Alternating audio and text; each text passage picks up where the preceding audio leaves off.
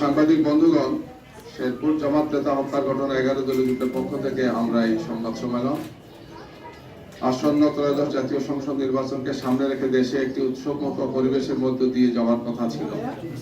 জুলাই বিপ্লবের পরে দেশের রাষ্ট্র কাঠামো ও রাজনৈতিক সংস্কৃতির পরিবর্তন সাধনের মাধ্যমে রাজনৈতিক দলগুলোর মধ্যে পারস্পরিক শ্রদ্ধাবোধ, সহমর্মিতা ও সহযোগিতার পরিবেশ বজায় থাকার কথা ছিল। কিন্তু গতকাল 28শে জানুয়ারি শেরপুরের ঝিনাইগাতি উপজেলায় ঘটে যাওয়া ঘটনা সেই উৎসবমুখর পরিবেশকে ম্লান করে দিয়েছে।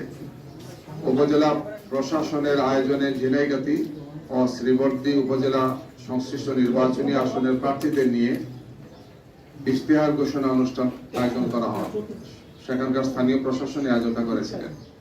এই অনুষ্ঠানকে কেন্দ্র করে বাংলাদেশ জাতীয়তাবাদী দল বিএনপির এক দল উশৃঙ্খল নেতাকর্মীদের অব্যাহত উস্কানির কারণে 11 দলীয় জোট ও বিএনপি নেতাকর্মীদের মধ্যে সংঘর্ষ বাধে।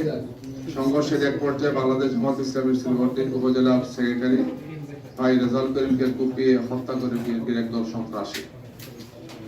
ঘটনার সূত্রপাত হয়েছিল সাংবাদিক বন্ধুগণ এভাবে। আপনারা জানেন যে ঝিনাইগাতি এবং শ্রীবর্দী উপজেলা মিলে শেরপুর 3 আসন। গতকাল দুপুর 2:30 শেরপুরের ঝিনাইগাতি স্টেডিয়ামে শেরপুর 3 আসনের সহকারী রিটার্নিং কর্মকর্তার উদ্যোগে সকল প্রার্থীর ইশতেহার প্রকাশ অনুষ্ঠান ছিল। যথারীতি জামাত এবং 11 দলীয় জোটের প্রার্থী নুরুজ্জামান বাদল, যিনি আবার আমাদের সেই জেলার সেক্রেটারিও, নেতাকর্মীদের নিয়ে যথাসময়ে অনুষ্ঠানস্থলে উপস্থিত হন এবং অনুষ্ঠানস্থলে আসন গ্রহণ করেন। বিএনপি প্রার্থী মাহমুদ আলম রুবেল তার সমর্থক কর্মীরা সেখানে আসেন, কিন্তু অনেক বিলম্ব করে তারা এখানে আসেন। তখন বিএনপি নেতারা ইউএনএকে অর্ধেক আসন ভাগ করে দিতে বলে। দেরিতে এসে বলেছেন যে সমাবেশের অর্ধেক আসন খালি করে দিতে হবে, তাদের জন্য আলাদা বরাদ্দ দিতে হবে। ইউএনএ জামাত প্রার্থীকে অনুরোধ করেন কিছু ছাড় ছেড়ে দিতে। জামাত 11 দলীয় প্রার্থী নুরুজ্জামান বাদল ভাইকে কর্মীদের আসন ছাড়তে বলেন। জামাত কর্মীরা আসন ছেড়ে দেওয়ার পরও বিএনপির উশৃঙ্খল নেতা কর্মীরা বাকবিতণ্ডা শুরু করেন।